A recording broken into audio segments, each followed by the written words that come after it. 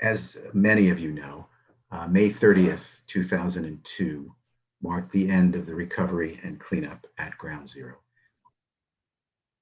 And many folks were involved, of course, in coming to help in the moments after 9/11 and during those long 9 months that followed.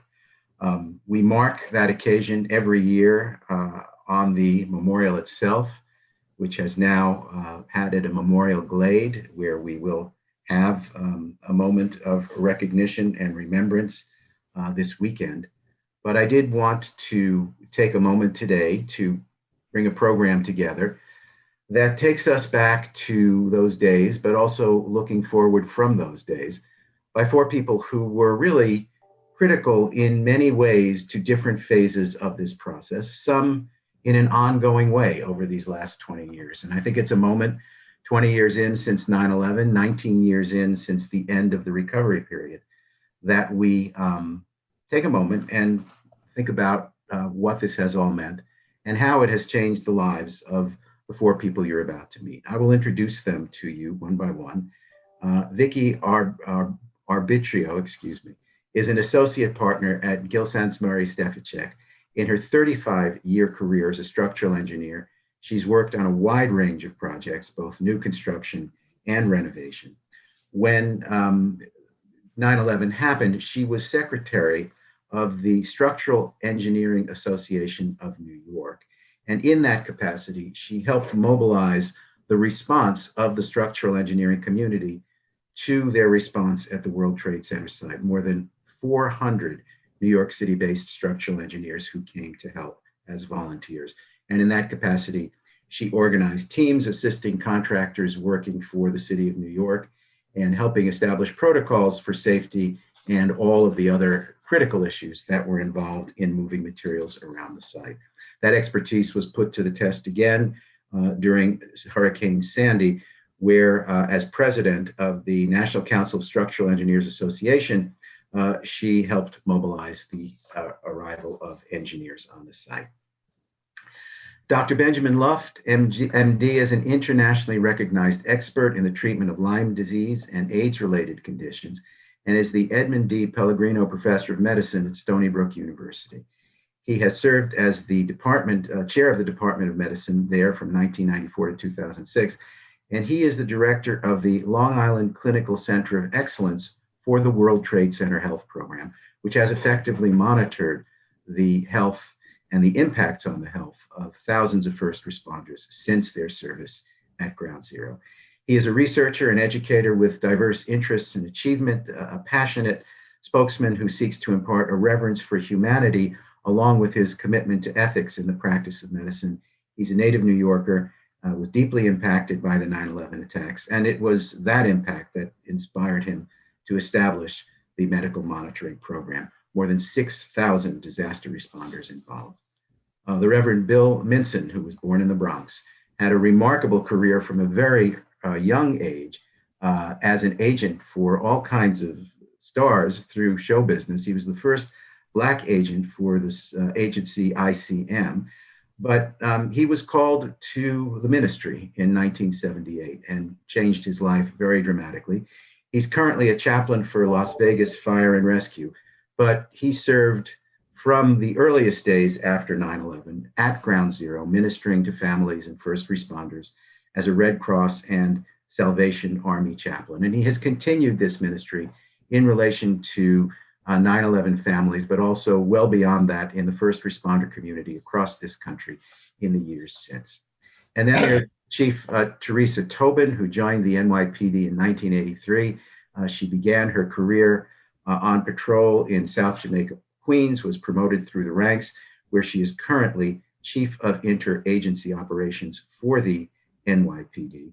She has a PhD and a Master of Arts in Criminal Justice, a Master of Social Work, and also a Bachelor in Social Work, and has been a New York State Certified Social Worker since 1985, which is unusual within the police department.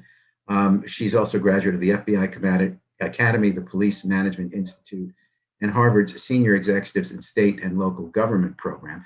And she too was a first responder on the scene at 9/11 having been dispatched, she was working in the press department of the police office to monitor or to organize information about what was going on. And then, of course, asserted her first responder responsibilities in rescuing people who were trapped in the rubble, herself being injured in those moments. So, these are extraordinary stories of commitment. And I guess what I'm really interested in as we look back at the 20 years, each of you had really exceptional careers anyway, but I'm really interested in knowing the impact on your work and on your lives of 9/11 itself. You have all gone on in this work that you do since then, but it's 20 years now. And I wonder if you would reflect for us on what it has meant for you looking back. And let's start with Ms. Arbitrio. Well, it was an extraordinary time, and looking back, we tend as engineers to not really pat ourselves on the back for doing a good job. It's our job to look at the physics of something and see how we can improve, right? Engineers are very optimistic in general. And so we looked at the buildings and why did they come down? How can we improve on buildings? And I think in the past close to 20 years, we have made improvements in codes and standards, and also just in safety protocols on construction sites in general. So we always like to look for the good in things, and unfortunately, it took a tragedy to find those things. I'm very appreciative of all the work that the museum's doing to continue to explain to people who may not have realized what happened on that day, and to make sure that we never forget. Dr. Luft? Well, 9/11 had a very dramatic impact on my career. I was basically I was a department chair, but I was predominantly a research scientist, working mostly in the laboratory, in molecular biology and in infectious diseases. And when 9/11 occurred, it immediately became apparent that this was a very complex problem that we were going to confront, that was involving multiple different disciplines. So here I had been almost a reductionist in the way that I approached science and medicine, looking at individual molecules and structure of molecules. And I began to have to look at the bigger picture, how there was how diseases were presenting, and the interdisciplinary approach to them. And that's how we established our clinic, which was a collaborative type of approach. At the same time, we knew that this was going to be an ongoing problem and an evolving problem. And so when we established our clinic, we put in a very strong science-based approach as well, not minimizing the humanistic aspects of the practice of medicine, but we knew that that diseases were going to evolve and become more complicated. And my career changed. I went from being a molecular biologist to being a person who was involved in integrative type of medicine with a strong scientific base. And it's been extremely rewarding, and it's been a privilege to be able to take care of these great heroes, and to help them in the best way we can to solve their immediate problems, as well as problems that continue to evolve. Let me thank you, Dr. Luft. Let me a quick reminder. If you are looking for the captions for this program, underneath the video, you can find a link. And then if you want to submit a question, the chat bubble on the right of the screen will give you an opportunity to do that. I am going to then follow with Reverend Minson and some reflections, please, on the impact of your service at Ground Zero on your life. If I may, first of all, understanding what it is to lose people unexpectedly, we are in prayer for all the people in San Jose, California right now, as they're experiencing terrible tragedy today. 20 years have flown by so quickly that I'm trying to find out who's played a trick on me. What's happened for me is the resiliency, determination, courage, dignity of the families who suffered the greatest has given me faith beyond that which I knew was possible. There are many days in meeting those families, becoming a chaplain for the Red Cross 2 days after the attacks. I wonder if it had been me, what my reaction would be. And as I watched the families, as I watched the survivors through the years, I am overwhelmed at the ability human beings have to recover from crushing events. Starting as a chaplain for the Red Cross, working at all of the family assistance centers, meeting families, doing programs all about healing. We remember walks to help these families move forward in their healing. Probably has been the greatest blessing of my 43, I think it's 43 years this September, ministry, because it's clear service. And also, more than service, the thing that I've seen is that our families have been able to heal others. I was in Las Vegas with the mother of Eric Silva, whose son was killed in the Las Vegas shooting. And she had stopped going to counseling. And I called Rosemary Kane, whose son George was one of our 343 firefighters. And I connected the two of them on the phone and asked Rosemary to explain how important counseling was. She went back to counseling. She's been doing well. 1 month after the Parkland, Florida shootings, I was in the home of Manny and Patricia Oliver, who lost their son Joaquin, 17 years old, at Marjorie Stoneman Douglas.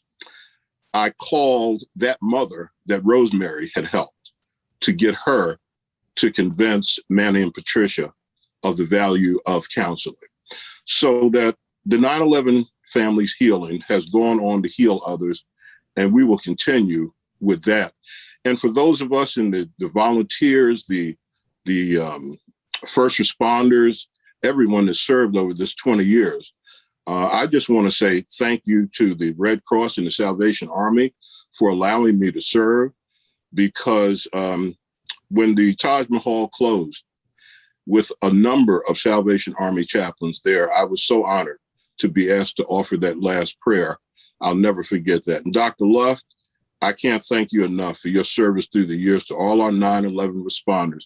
Monday, I met a young man who told me his father had retired from the NYPD and that a lot of his friends had died, and he was concerned about him because the incubation period is crazy for what we're dealing with. Yesterday, I was at the dedication of Luis Alvarez's park with his family. We have much work to do as we go on, and I'm just honored to be with you this afternoon. Thank you, Reverend Minson. Chief Tobin, your career 20 years later in the police department has really brought you to the top of the NYPD, but I can only imagine that the experience you had on that day has been with you ever since. It has, but similar to what Vicki alluded to is, on that day, you just think about what you're there to do and focus on what needed to be done. And certainly I think that all first responders, PD, FD, EMS, OEM really did a superb job, and definitely in the 20 years since, the support from communities of faith, Reverend Minson, and being part of the 9/11 follow-up program here in New York, Dr. Luft, certainly deep appreciation for all that is being done. And even now, I had called in preparation for now to say, as of last year, how many people have died in the 20 years since from the PD. And I know it's large because the number is from December 31st of 2020, but we were up to 269 people that have died since. So it's very present as time has continued to go on from 9/11 to now, and it unfortunately will continue. But totally appreciative of all the work that Dr. Luft is doing, and that we have that connection so that we ensure that the people who are suffering from these World Trade Center related 9/11 illnesses are getting the appropriate and best treatment possible. But it's been hard to watch so many people pass away post 9/11. Just to add a footnote to that, there were 23 members of the NYPD killed on 9/11. So that's more than 10 times the number of day of 9/11 deaths in the subsequent years due to the impact on their health. I mean, I want to ask a question that's, difficult even to ask, but it may be, putting you on the spot, but I think it's important, again, 20 years looking back. I mean, some of you served on the day, some of you came and have been serving since, and in the weeks and months since. What have you observed about, whether it's yourself or your colleagues or others around you, that can help us understand why people go forward when most others are running away? Some of it's the job, and still the challenge of running forward, even if you have the job, is still a challenge. But the volunteers who came, and Dr. Luft, I'm assuming that, the concerns about health were apparent in the earliest days, and people yet came forward to offer this service. What does this tell us about people? What did you observe that has stuck with you, and help us understand why people did step forward? Let's take it maybe with Dr. Luft first on this one. Well, that's, that's like an essential question of what makes a hero. We use the term very frequently that everyone, if you're a football player, you're a hero. And if you're a dad, you're a hero. If you're a mom, you're a hero. Or everybody's a hero, but it's not really quite true. There are a group of people that, and maybe it's very underappreciated, especially in this day and age, of, people who act heroically, people who are able to, maybe in some ways, it's kind of a religious thing, people who are willing to set their own self-interest aside and show others what actually can be done. What is the standard? I think it's a tough question. I know that we did fail on 9/11 to tell people what the dangers were. Perhaps that was, people say, well, it was an emergency. I think that it was wrong. And I feel personally even guilty about that, that enough was not said, that this was toxic. It was evident that it was toxic, but I don't think anyone was considered that it may have long-term toxicity. I think one of the things that I remember we've done 450 interviews of responders, which are deposited in the Library of Congress. And one of the recurring themes that I've heard from responders is that they say, I would have done this. And, I realize all of the things that may have occurred to me, but I never considered what the impact was going to be on my family. And for that, they all feel, well, the ones that I've spoken to all feel guilty about that. It wasn't as much that they feel bad about what happened to them, but what happened to their loved ones as a result of that. So I think it's a tough question. I think the Reverend will probably be much better at answering the questions of what makes someone so heroic. But, we do see it in our first responders, whether it's the police or the fire department, or, people who ride on the side of the road and see something happening and jump to action. But it's something that is, I find it to be intangible. Reverend Minson, Dr. Luft set you up, so I'll go next to you. Some reflections, please, on, you mentioned the strength of families before and their ability to support one another across tragedies. What about the people you've ministered to in terms of their own response, the impact on them of the decisions that they made? How do you account for people stepping forward the way so many did? I'm a firm believer in divine order and destiny. And I believe that the people who perish in these situations were destined to offer their service, running to danger, running to save people. It's such an extraordinary position to be in.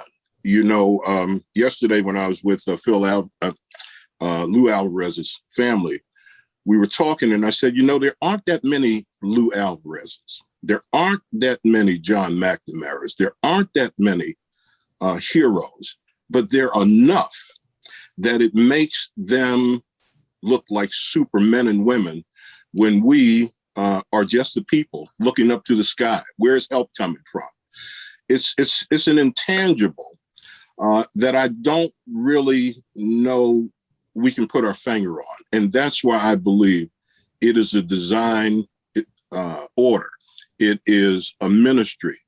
Not only am I blessed and fortunate to serve as a fire chaplain, I also serve as a law enforcement chaplain for the United States Secret Service. These firefighters, these members of law enforcement, and Chief, I work with Deputy Chief Kathy Ryan, and it makes me so honored to be with you on this today.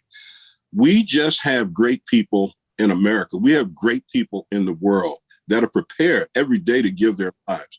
The question is, why can't we get more people who just are content with living life? What creates these disasters? 9/11, 20 years ago, San Jose today, 1 October in Las Vegas. We have heroes among us. As a matter of fact, we're about to reignite our program to go out and recruit our next generation of heroes, because there are young people in neighborhoods, in homes, churches, schools today that see first responders. You remember 9/11 brought a lot of people into the military. People are anxious to give to America rather than take from it. We have to find them. They're there among us. I just wish in my heart and soul that I had the courage and the strength to step forward like the chief and say, I will run to danger. I will defend.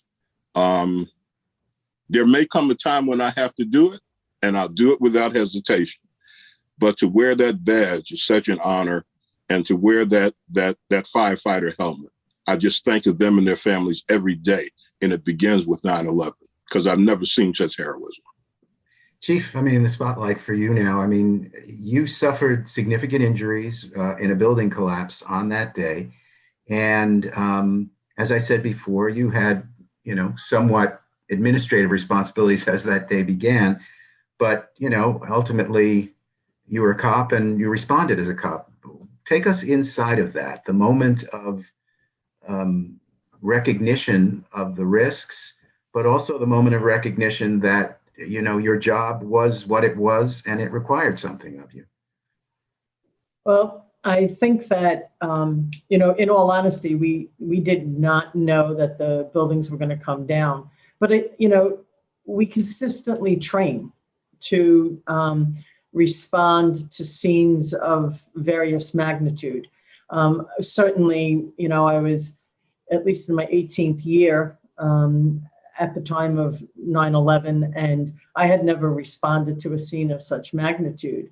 But it is what we train for, and going back to Vicki's point, it's how we look at the situation. And I think that it was an automatic. I do think that people who enter public service, as the Reverend named, the services is that the services themselves, I think, attract altruistic people. And, responding that day, the sheer volume of the number of first responders who did respond, and the training that kicked in for all of us, I think that became so evident. And I remember recovering on Long Island, and one of my sister's neighbors came over and said, I don't need to see your sister, but I just want you to convey a message to her that I was in the tower, the South Tower, and I came down, and I just want you to say to her, thank you, and pass the message on to the other officers that responded that day, because as he came down and was exiting, he said there was absolutely no thinking required on his part. It was simply officers telling him where to go. And he said, all I had to do was follow the blue line to safety. And I think that's extremely important, to remember. As tragic as the amount of life lost that day, it is estimated that for each person that perished that day, that 10 people were evacuated. So although it is the worst terrorist act to happen on American soil, it's also the greatest rescue effort that ever occurred. And, I think of the picture of Moira Smith that appeared in the Daily News weeks after 9/11, where she had escorted a man out and was looking to get him connected to EMS so that they could help him. And yet we know that she went back in and continued to help people go back out. And I think that's what makes a hero, to the Reverend's point, that what people are facing inside, what can happen when you go inside, but yet still went inside. I would like to, emphasize one thing, is that we do talk about our professional responders who acted so gallantly, but it's also important to consider that about 40% of the people who responded on 9/11 were non-professional responders.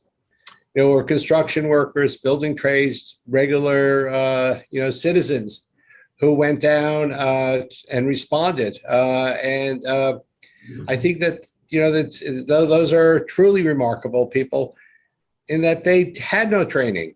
They had a lot of them had training that they were ex-military or and things of that sort, but they just did it out of that sense of altruism, out of the sense of commitment to the city and to the nation.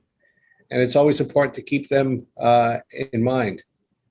Absolutely. I think it brings us to Ms. Arbitrio because, the response of the structural engineers was really focused on figuring out how to remove these enormous pieces of debris safely and to set up safety practices so that, as turned out to be the case, no one was killed during that 9-month recovery period by an accident on the site.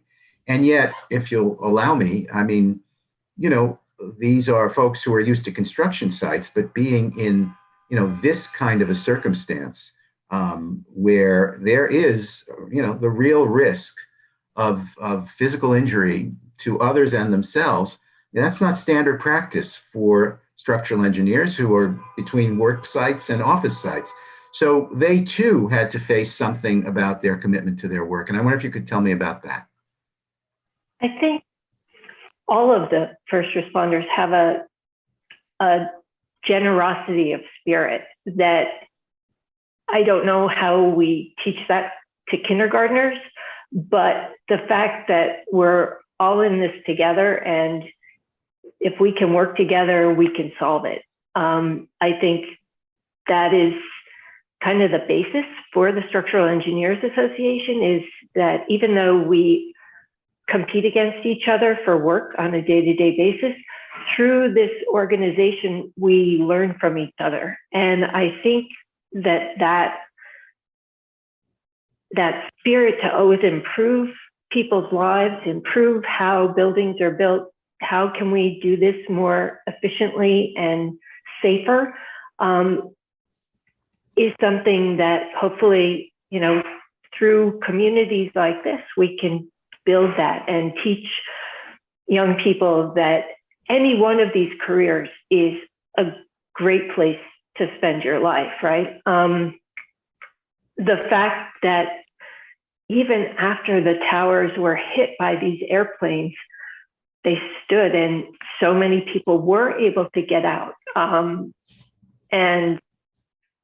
But then, pieces of steel hanging out of a building. Well, can you go below that? How do we know it's not going to fall at any second? And that is not something that we deal with every day. So figuring out different ways of securing things, how do we remove it? How do we make it better?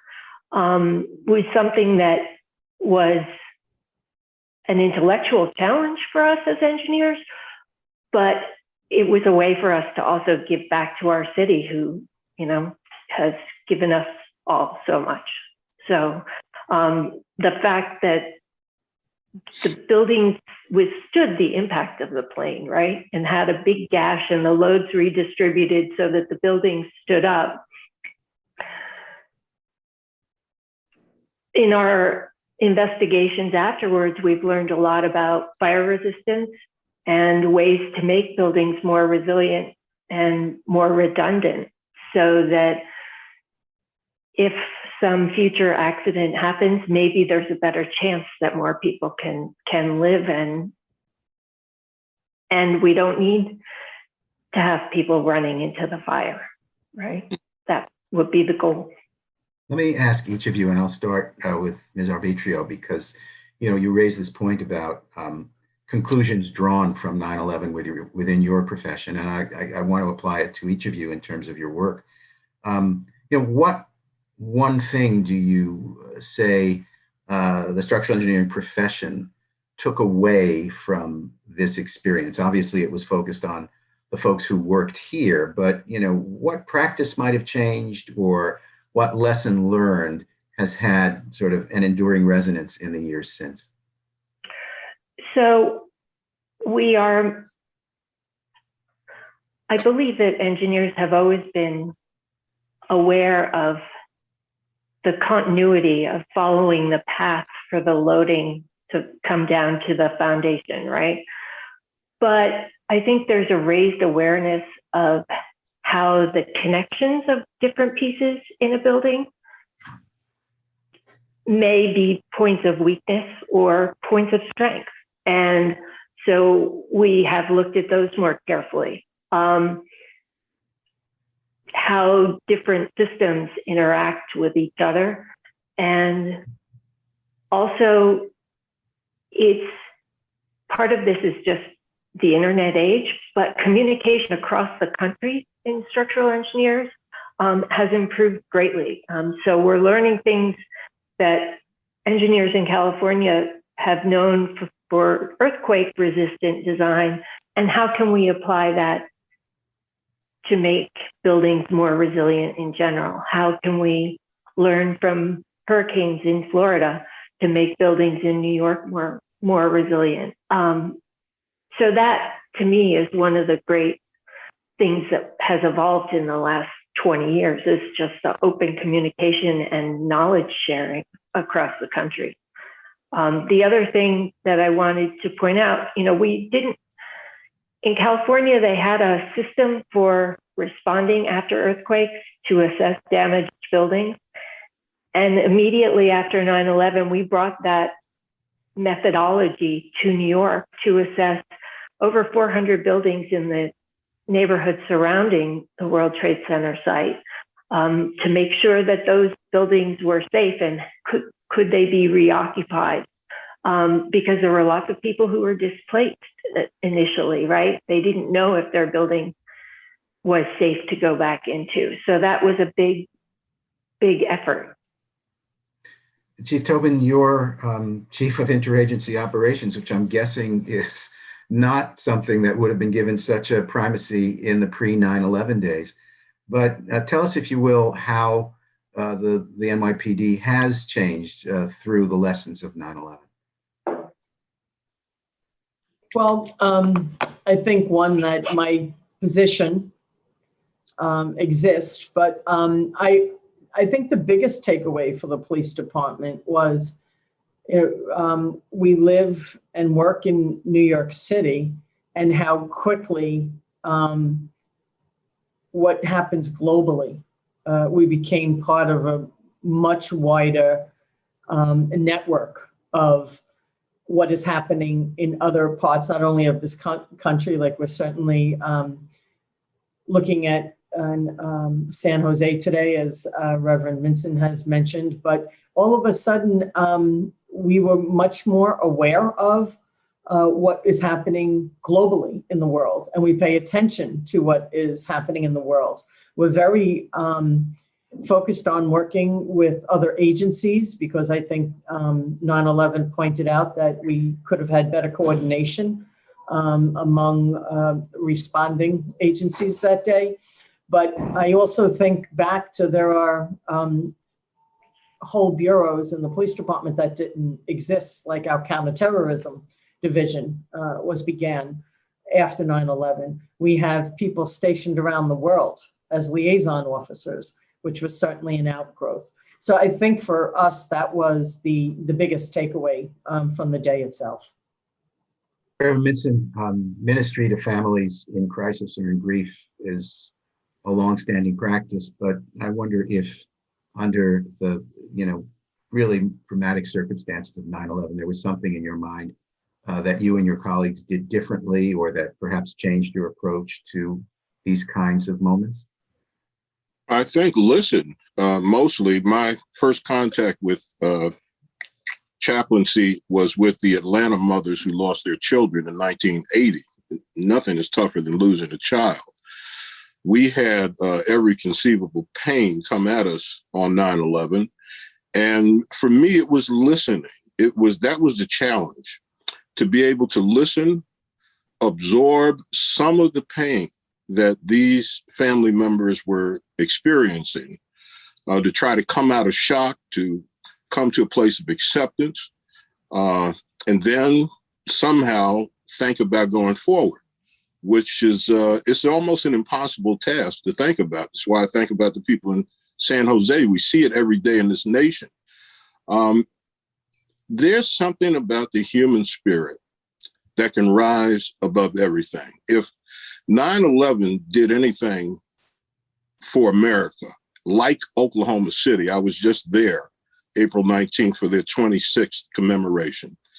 It makes it impossible for any American of any size, shape, age, color to say, I can't make it, because we've seen people overcome the loss in Oklahoma City. We've seen people overcome the loss of 9/11, Sandy Hook, and so on. The greatest example that we have about overcoming anything is the ability to see people rise.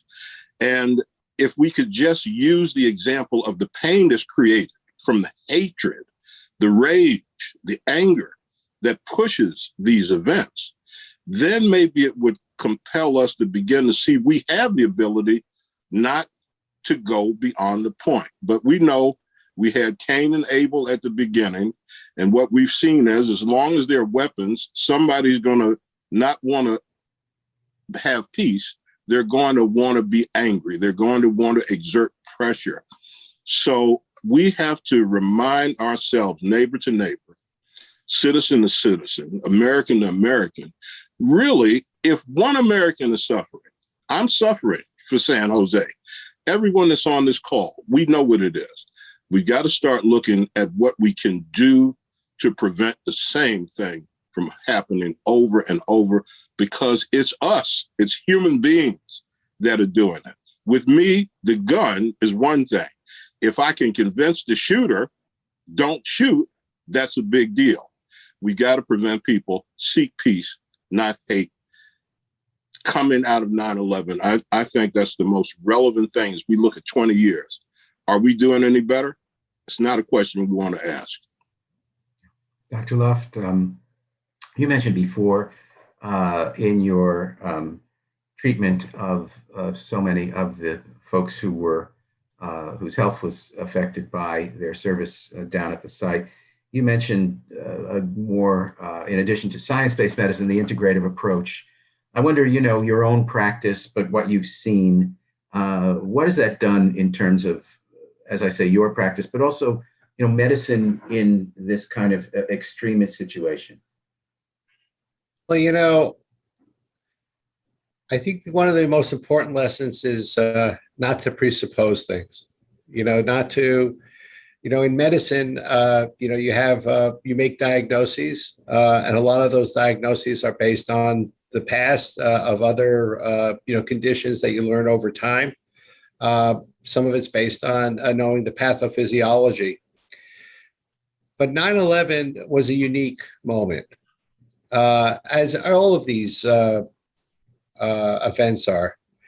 But it was unique in the sense that, here you had these responders and survivors who experienced something that was unimaginable. Not only did they have a tremendous amount of physical injury, by the dust and the toxins that were in the air, but they also had a very severe psychiatric and psychological injury. And both of these things, they had a lot of these people, they were seeing their loved ones or their colleagues dying right in front of them. They saw people jumping and human remains in the street. All of this occurring to them. They were at an extreme. They were imperiled. It was extremely dangerous. You can't imagine that impact. So you had both of these things occurring concurrently. And I think that, if we kind of try to reduce things, that someone begins coughing and having trouble breathing, and you say, oh, they have some asthma, so we're going to treat them as if they have asthma. And other people may have some a psychological stress disorder, and they have acute PTSD. And we say, okay, that's PTSD. And we kind of try to segregate them and to put them into different categories. And the reality is that each of these things that occur, whether it's the physical disease, as well as the psychological disease, as well as the social problems that occur, all of them are impacting each other.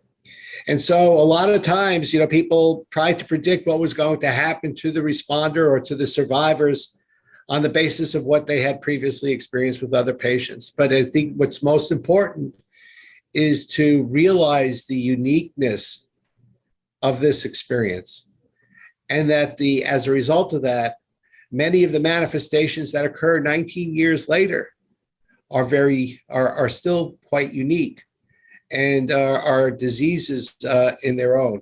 So I think that that's probably the most important thing, is that when we kind of go in and see each and every one of these events, whether it's in San Jose or whether it was on 9/11 or whether it was at Sandy Hook, each of them is an atrocity in its own, and that they're not comparable. And we have to kind of try to understand them within their own contexts. Let me ask each of you if you would share with us your impression of something someone else did that you observed or heard about, or that really struck with you, and perhaps somehow symbolizes what it means to have stepped forward in this context. I know Reverend Minson talked about families ministering to one another across tragedies. Chief Tobin talks about first responders in general, but I'm interested in what you might have seen or heard that stuck with you as an example of someone doing something that moved you or, felt like a profound moment to you. Chief Tobin, let's start with you. I think that there are a number of things that stick out from that day. But really what's in my mind right now are the families that had to wait to hear about their loved ones. We lost my cousin, who was a firefighter with Ladder 20 on 9/11. And I remember the wait to find out if he was alive, and the fact that, he wasn't recovered until right before Thanksgiving. And, having already had a funeral for him, the reopening of that wound so that we could take what was left of his remains and bury it. I think of all the families that went through that and how tough that was for people to endure. Thank you. Reverend Minson, you spoke about families reaching across tragedy, but I wonder if you have a particular episode or memory of this that comes forward here. As the chief spoke, I was taken back to standing at a gravesite with a family that was burying another part of their son's remains for the third time. Yesterday, with Luis Alvarez's family, I talked about being at John McNamara's bedside. And he was saying, you guys, he's talking to his fellow firefighters, go get checked. Do everything you can. I'm going to do everything I can. Take every operation that I have to take to stay alive for my wife and my family. Well, Jack McNamara is a great young man pitching for his high school team. His wife, Jennifer, is unlike any mother or widow I've ever seen in my life. Every day, whether it's talking to Rosemary Kane or Sally Reaganhart, who lost her son, or Monica Eichen, who lost her husband, the former Nicole Petroselli, on and on, Clyde Frazier, who lost his son. My life is a storybook of all these people I was cheated from meeting because of hatred. And I don't like it, but I can't do anything about it, except I can remind the families they'll never be forgotten. I'll always be available, and there'll never be a time when you'll hear from me, I guess you're over this now. We have to go with these families as long as they have to travel the road of healing. That's our job. If we can just love one another, that would be the example. So I remember every day. This pen was given to me by the widow of a Secret Service agent killed in the Oklahoma City bombing. Of course, I carry the souls from 9/11 everywhere I go. Those families know they can call me anytime. It's always going to be that way. Thank you. Dr. Luft, it's maybe unfair to ask you since you did all those interviews, but something comes forward as we think about this? Well, actually, we had published a book of selected interviews, and the book was entitled "We're Not Leaving," and the interview was of Carol Faulkner, who was, I think she was a transit cop, and she was standing in front of one of the towers before it came down, and as she put it, a big brawly FBI agent came up to her and said, it's not safe here anymore. You can leave. You're not a coward. More planes are coming. Just leave right now. And she was still directing people out of the building. And she turned to him and said, what are you talking about? And he says, well, you're going to die if you stay here. And she then looked at him and said, I'm not leaving. Oh, no, we're not leaving. This is our job. And when you talk about altruism or you talk about heroic, there she was told she may die, that this was right in front of her. And she said, we're not leaving. The other story that always came to my mind was told by a volunteer fireman from Long Island who went down to, I forgot which firehouse. And they said they was assigned to just stay there with at that firehouse, to man the firehouse since all the firemen had left. And he went in there and it was being manned by women. And he didn't, they took good care of him, the way he described it. They fed him. They talked. It was very nice. And then one day, one of the fire women said, you live out on Long Island here. Can you take me out to my home?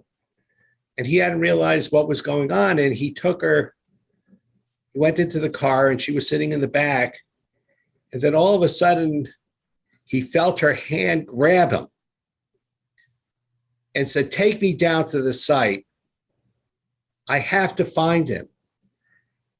And he realized that all of these women who were in the firehouse were the wives of those men who died at 9/11 or who had not come back, and they were waiting for their husbands. Wow. And it was such an extraordinary story. It was such an extraordinary story of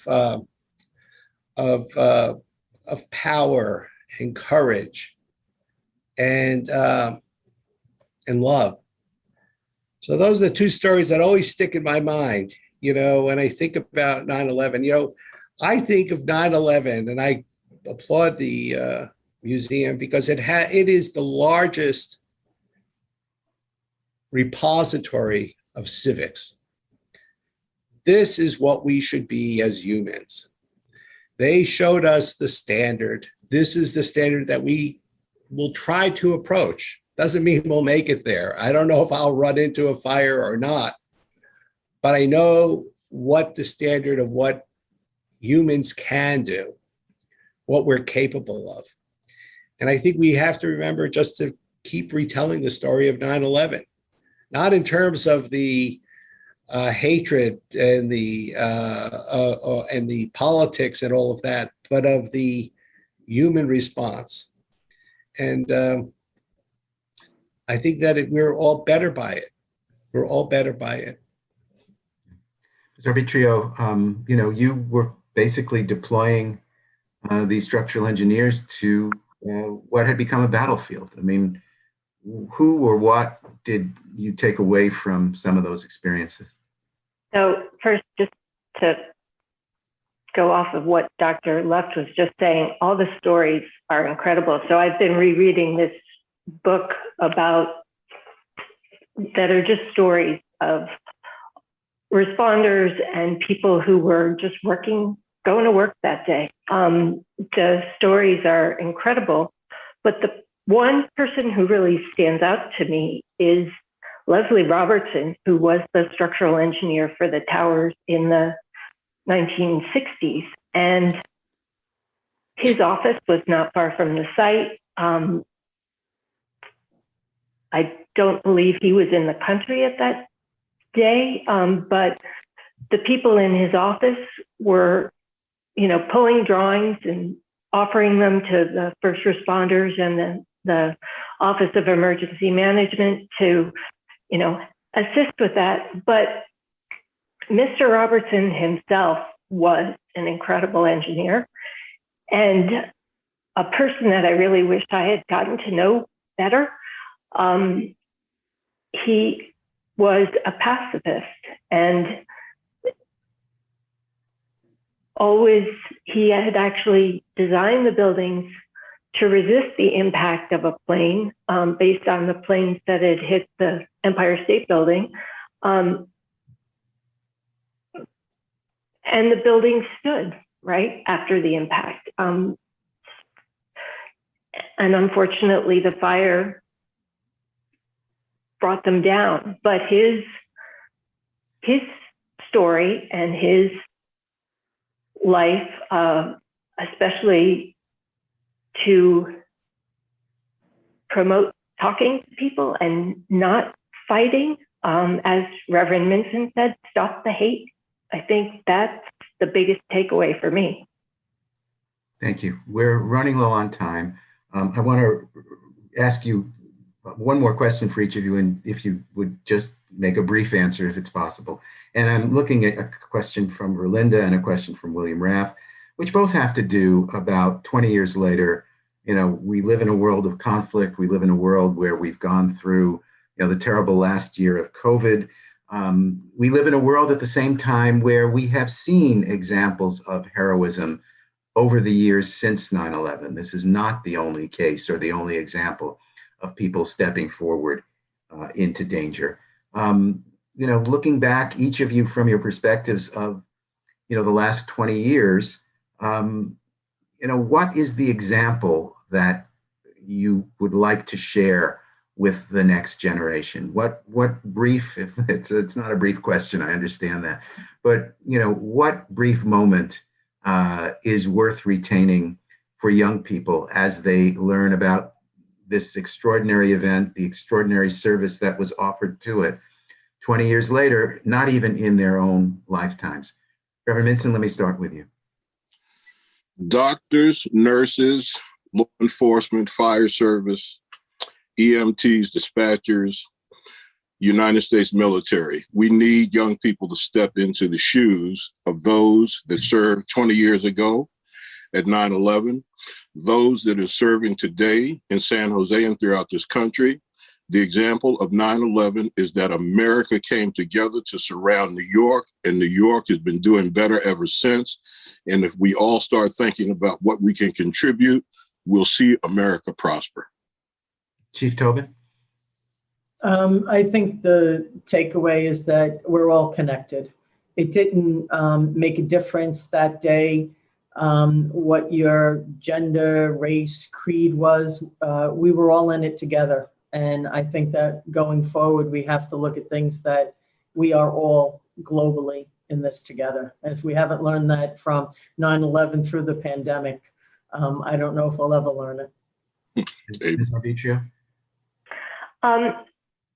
I would like to reiterate something that Peter Rinaldi from the Port Authority said on a previous program, is to just take the time and do the work right, period. And we work together, we can get this done. Amen. Dr. Luft? Well, I think it's a takeaway is really listen to those who responded. I did the interview that 9/11 remembers or responders remembered, really because there was so much garbage and misinformation in the press about what the responders thought, whether it was xenophobia or hatred or whatever. And in my entire time, taking care of literally tens of thousands of people, I've not heard that. I didn't hear that at around 9/11. They weren't going and spewing hatred or any of those types of things. They were dealing with much more important, existential questions as to what it's all about and who are we and how do we get along. And that's what you find in those, whether it's looking at our book or looking at 102 Minutes, is that's what you find is that in that extraordinary spirit that humans can have and that they did have, even under the extraordinary duress of 9/11. Well, I want to thank each of you for speaking personally and for reflecting on, what cannot have been easy experiences back then and over the last 20 years as you think of them. But I thank you particularly because I think it's most appropriate that as we mark 20 years after 9/11, that we speak in that realm, and that you were open, each of you, enough to do that is something I genuinely appreciate. So I'm going to thank Ms. Arbitrio, Reverend Minson, Dr. Luft, Chief Tobin, and wish you all, on behalf of the 9/11 Memorial Museum, a good day. I'm Clifford Shannon. Have a wonderful day. Thank you. Thanks, Thank Cliff. you.